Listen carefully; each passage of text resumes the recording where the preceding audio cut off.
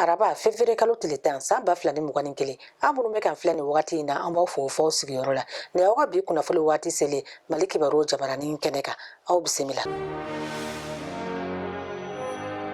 A bɛ dɔgɔkun kelen bɔ sisan burukala min tun bɛ feere safa wari dɔrɔmɛ 50 Bamakɔ bi o bɛ ka sa safa wari dɔrɔmɛ 60 o b'a jira ko dɔrɔmɛ 10 farala buru sɔngɔ kan o kelen bɛ sababu ye ka ŋunuŋunu ka fanga bonya jamana kɔnɔ ni waati in na ale ka buru yɛrɛ sɔrɔli gɛlɛya sigida lamaw fɛ burugosilaw y'a yira ko gɛlɛya in sababu bɔra farini sɔngɔ yɛlɛnin la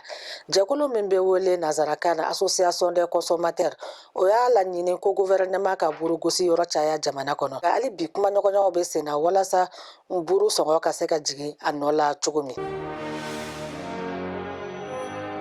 Sa o sa février kalo tile 6 kɛrɛnkɛrɛnlen don diɲɛ kɔnɔ ka ɲangata min bɛ ta ka musow sɛgɛrɛ olu kɛlɛli don ye ɲina masala bolo tun ye bilakasuma ye ɲama ye ɲangata min bɛ ta ka musow sɛgɛrɛ a y'a fara ɲɔgɔn kan ka musaka don a kɛlɛli dafɛ Mali ta lajɛnɛmayali wulikajɔ kɛra Faraba dugu kɔnɔ a lajɛ ɲɛmaya tun bɛ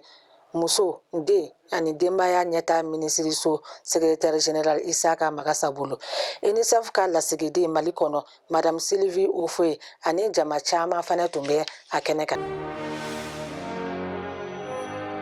Maa 671 sɛgɛsɛgɛlen kɔ kɛnɛyaso la o y'a yira ko coronavirus yera maa 11 na kunu tarata février kalo tile 9 san 2021 o hukumu kelen kɔnɔ kɛnɛya tigilamɔgɔw y'a yira ko banabagatɔ 19 kɛnɛyara ka bɔ bana dilan kan maa si den kelen ma fatu kunu ɛrɛ 24 kɔnɔ kɛnɛya ko ni adamadenya sabatili minisiriso y'a yira ko kunu banabagatɔ yera Bamako komini 2 ni komini 4 na ani Kulukoro ni Moti mara la o b'a jira ko kabiri bana in donna an fɛ yan Mali kɔnɔ don min ka se bi ma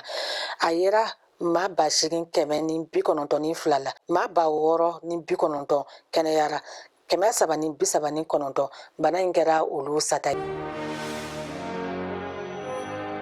Ni ne bɛna dansigi a ka bi kunnafoni la an bɛ dugawu kɛ Ala ka Mali kolosuma a k'an bɛn wagati wɛrɛ la ni kɛnɛ kelen kan.